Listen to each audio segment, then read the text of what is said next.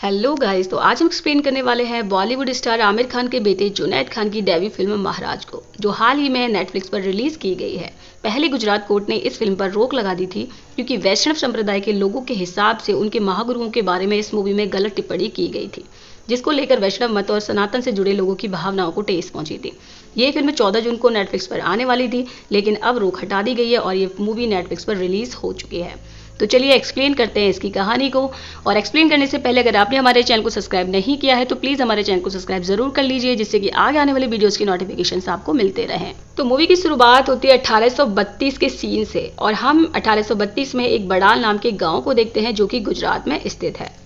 मुलजी जीवराव वैष्णव परिवार में एक लड़के का जन्म होता है जिसका नाम करसन यानी कि करसन दास रखा जाता है। लेकिन करसन को दास होने पर बचपन से ही प्रॉब्लम थी। जैसे जैसे करसन बड़ा होता गया उतनी ही मात्रा में उसके क्वेश्चंस बढ़ते गए, जैसे कि अग्नि में अनाज क्यों डाला जाता है, हम लोग मंदिर क्यों जाते हैं, और जिसमें ये कुछ दिखाई ही नहीं देता तो घूंघट क्यों लगाया जाता है आदि। करसन बचपन से ही समाज में व्याप्त कुरीतियों के खिलाफ था।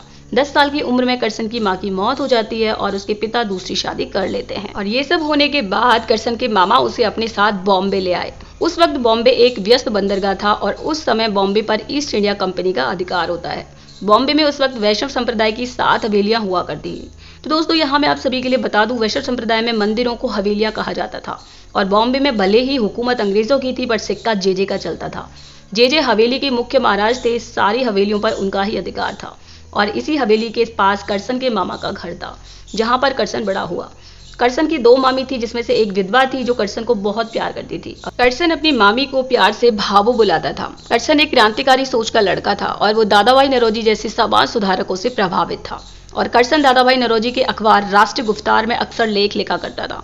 वह अक्सर अपने लेखों में सामाजिक रूढ़िवादी सोचों पर सवाल उठाता रहता था। और अब हमें पता चलता है कि करसन की किशोरी नाम की लड़की के साथ सगाई हो चुकी है।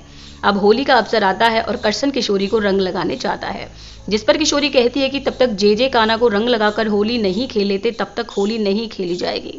मतलब होली की शुरुआत भी जेजे महाराज की होली से ही होती है। उसके बाद हमारे जेजे महाराज को दिखाया जाता है और वो होली की शुरुआत रंग लगाकर कर देते हैं। और उसके बाद सभी लोग होली खेलते हैं, नाचते हैं और गाते हैं। अब जैसे ही लोग होली खेल रहे होते हैं तभी वहां पर जेजे महाराज आ जाते हैं और किशोरी को रंग लगाते हैं। इसका सीधा मतलब था कि जेजे ने किशोरी को अपने चरण सेवा के लिए चुना था। तो दोस्तों, चरण सेवा का मतलब होता है कि जब किसी लड़की की शादी होती है तो उसके पति के पहले उसे जेजे महाराज के साथ संभोग करना पड़ेगा। जेजे के बाद ही उसका पति उसे छू सकता था। अब उधर हम देखते हैं कि किशोरी की माँ बहुत ही खुश होती है क्योंकि स्वयं जेजे ने इतनी लड़कियों में से किशोरी को चुना था। उसके बाद हमें एक कमरा दिखाया जाता है जो कि बहुत ही सुंदर सजा हुआ था, जहाँ जेजे किशोरी का इंतजार कर रहा था। किशोरी कमरे के अंदर जाती है। किशोरी आज बहुत खुश थी क्योंकि स्वयं भगवान उसे मिलने वाले थे। उधर करसन किशोरी को चारों तरफ ढूंढता रहता है। जेजे महाराज किशोरी के साथ इंटीमेट होने लगते हैं। तभी हम देखते हैं कि उन दोनों को इंटीमेट होते हुए लोग खिड़कियों से देख रहे थे। तो गाइस, जब महाराज किसी लड़की के साथ चरण सेवा कर रहे हो तो कोई भी पैसे देकर उनकी चरण सेवा को देख सकता है, यानी कि उनके संभोग को खिड़की से देख सकता है। उधर करसन को पता चलता है कि किशोरी की चरण सेवा हो रही है तो वो दौड़ा दौड़ा आता है और महाराज के कमरे में घुस जाता है और किशोरी को अपने साथ चलने के लिए कहता है। लेकिन किशोरी जाने से मना कर देती है और करसन को वहां से जाने के लिए कहती है। और महाराज करसन से कहते हैं कि झूठन हवेली का प्रसाद होता है। इस पर करसन महाराज से कहता है, मुझे झूठन पचती नहीं है। यह कहकर करसन वहां से चला जाता है। घर जाकर करसन जोर जोर से रोने लगता है। अगले दिन करसन किशोरी से मिलता है और अपना रिश्ता तोड़ देता है, जिससे दुखी होकर किशोरी फिर से महाराज के पास जाती है और उसे बताती है कि करसन ने उसके साथ रिश्ता तोड़ दिया है। अब महाराज जेजे किशोरी से कहते हैं कि तुम चिंता मत करो, तुम मेरी खास बनकर हमेशा रहोगी। महाराज जेजे की भक्ति में अंधी किशोरी खुश हो जाती है। थोड़ी देर के बाद किशोरी की छोटी बहन वहां आती है तो महाराज उससे भी इंटीमेट होने की कोशिश करता है और उसे भी वही शब्द बोलता है कि तुम हमेशा मेरी खास बनकर रहोगी। और ये सारी बातें बाहर खड़ी किशोरी सुन लेती है और कमरे के अंदर आकर महाराज को ढोंगी कहती है और कहती है कि तुम लोगों की श्रद्धा से खेलते हो, करसन सही था। और अपनी बहन को लेकर वहां से चले जाती है। घर जाकर वो अपनी बहन के सामने रोने लगती है और अब उसे अपनी गलती का पछतावा होता है और वो खुद की ही नजरों में गिर चुकी थी। उधर हम देखते हैं कि करसन के मामा करसन से बहुत नाराज थे क्योंकि उन्होंने किशोरी के साथ रिश्ता तोड़ दिया था। करसन को किशोरी से शादी करने के लिए उसके मामा कहते हैं और कहते हैं कि चरण सेवा एक रिवाज है, तेरी मामियों ने भी की थी, यह हमारा धर्म है।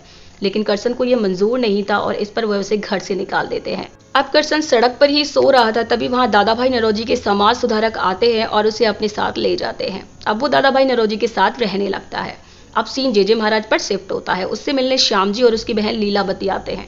जेजे महाराज ने लीलावती की चरण सेवा की थी, इस वजह से वो जेजे की बच्चे की माँ बनने वाली थी। यहाँ हम देखते हैं लीलावती का भाई श्याम जेजे पर हमला कर देता है और उसे पाखंडी कहता है, लेकिन जेजे के लोग उसे पकड़ लेते हैं। अब जेजे लीलावती को धतूरे का लड्डू खिला देता है जिससे कि उसका गर्व गिर जाए। लड्डू खाते ही लीलावती की तबीयत खराब हो जाती है और उसका भाई हवेली के बाहर सड़क पर मदद के लिए चिल्लाता है।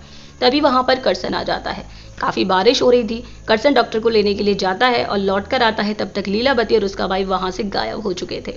उसके बाद दादा भाई नौरोजी करसन को समझाते हैं, अगर तुम सुधार लाना चाहते हो तो शुरुआत खुद से करनी होगी।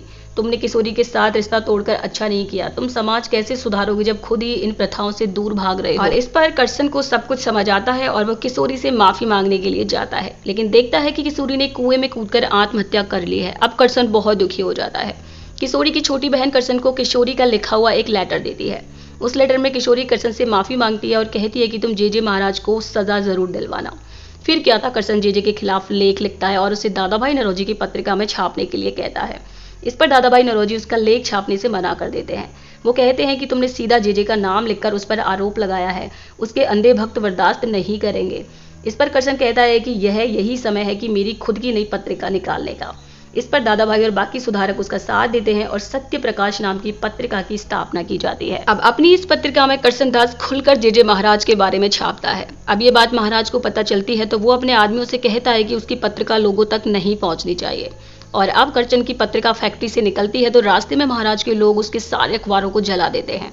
और जेजे महाराज यहाँ एक और चाल चलते हैं। वो आदेश देते हैं कि जितनी भी हवेलियां हैं या मंदिर हैं उनको बंद कर दो। अब जेजे की ये बात सुनकर के एक दूसरे पंडित जी कहते हैं कि अगर ऐसा किया तो लोग भूखे ही मर जाएंगे, क्योंकि लोग आरती किए बिना खाना नहीं खाएंगे। इस पर महाराज कहते हैं कि मैं यही तो चाहता हूँ कि लोग भूखे रहें। तभी करसन यहाँ पर आकर मुझसे माफी मांगेगा।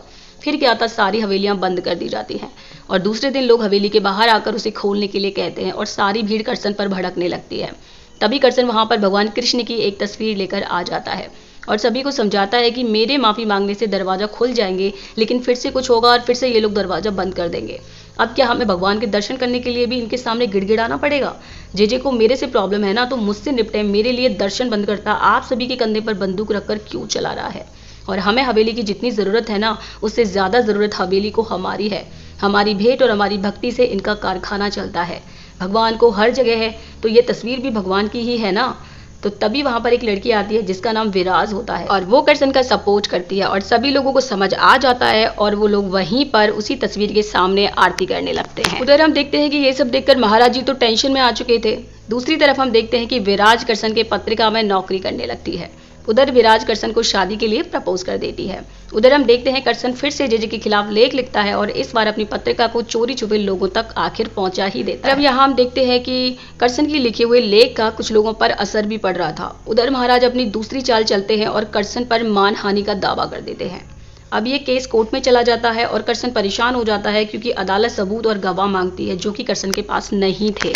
तभी वहां पर एक सुधारक कुछ लोगों को अपने साथ लेकर आता है जो कि भाटियाओं की सभा के कुछ लोग थे और वो सभी जेजे के खिलाफ गवाही देने के लिए तैयार हो जाते हैं। अब करसन काफी खुश हो जाता है। अगले सीन में हम देखते हैं कि महाराज ने सभी गवाहों को उठवा लिया था और अब करसन फिर से उसी टेंशन में आ जाता है। दूसरी तरफ महाराज जेजे करसन की पत्रिका फैक्ट्री में भी आग लगा देते हैं और सब कुछ जलकर राख हो जाता है।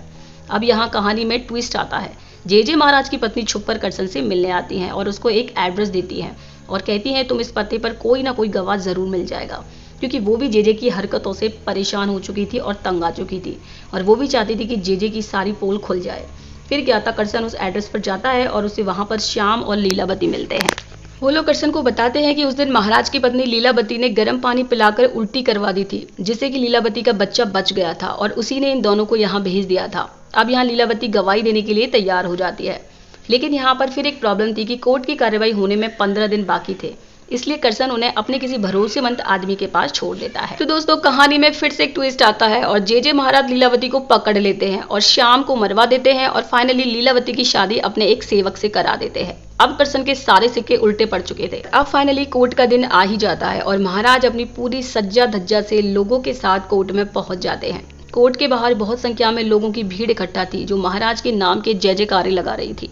अब कार्यवाही शुरू होती है। करसन का वकील कटघरे में जेजे महाराज के पर्सनल डॉक्टर को बुलाता है। डॉक्टर कहता है कि जेजे को चांदी रोग है जो अलग अलग औरतों के साथ इंटीमेट होने से होता है और डॉक्टर बताता है कि जेजे उसके पास बच्चा गिराने के लिए औरतों को भी भेजता है। लेकिन जेजे और उसका वकील डॉक्टर को गलत साबित कर देते हैं। वो कहते हैं डॉक्टर ने सही से सुना नहीं होगा, चांदी नहीं चांदा रोग है मुझे। चांदा मतलब प्राइवेट पार्ट में गर्म चीजें खाने से होने वाला इन्फेक्शन होता है। अब जेजे के सेवक को बुलाया जाता है, वो भी कोर्ट में सही साबित हो जाता है। अब कोई नहीं बचता, आखिरकार करसन को कटघरे में बुलाया जाता है। यहाँ पर करसन बोलना स्टार्ट करता है, ना मुझे धन की लालसा है, ना कीर्ति की इच्छा। जन्म से वैष्णव हूँ, कर्म से ब्राह्मण, स्वभाव से क्षत्रिय हूँ, इसलिए जहां भी गंदगी देखता हूँ साफ करना चाहता हूँ। मुझे ये सब करके क्या मिलेगा? मैं धर्म के खिलाफ नहीं हूँ, बल्कि गलत इंसान के खिलाफ हूँ। काफी देर तक यहाँ करसन सही और गलत बताकर अपनी बात सबके सामने रखता है और फाइनली लास्ट में कहता है कि कोई मेरा साथ दे या ना दे, लेकिन मैं मरते दम तक लड़ता रहूंगा। तभी वहां पर भाबो की एंट्री होती है और भाबो कहती है कि मैं साथ दूंगी, मैं गवाही दूंगी जेजे के खिलाफ।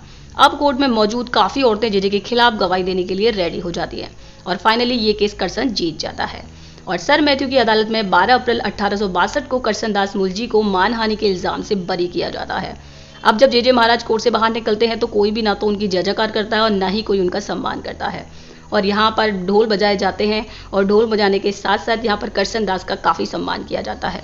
तो दोस्तों आपको ये मूवी कैसी लगी आप मुझे कमेंट करके बताइएगा और मैं आप सभी के लिए बता दूं ये मूवी एक वास्तविक घटना पर आधारित है। ऐसी ही लेटेस्ट मूवी देखने के लिए हमारे चैनल को सब्सक्राइब जरूर कीजिए। तो मिलते हैं नई वीडियो में नई मूवी के साथ, तब तक के लिए बाय बाय।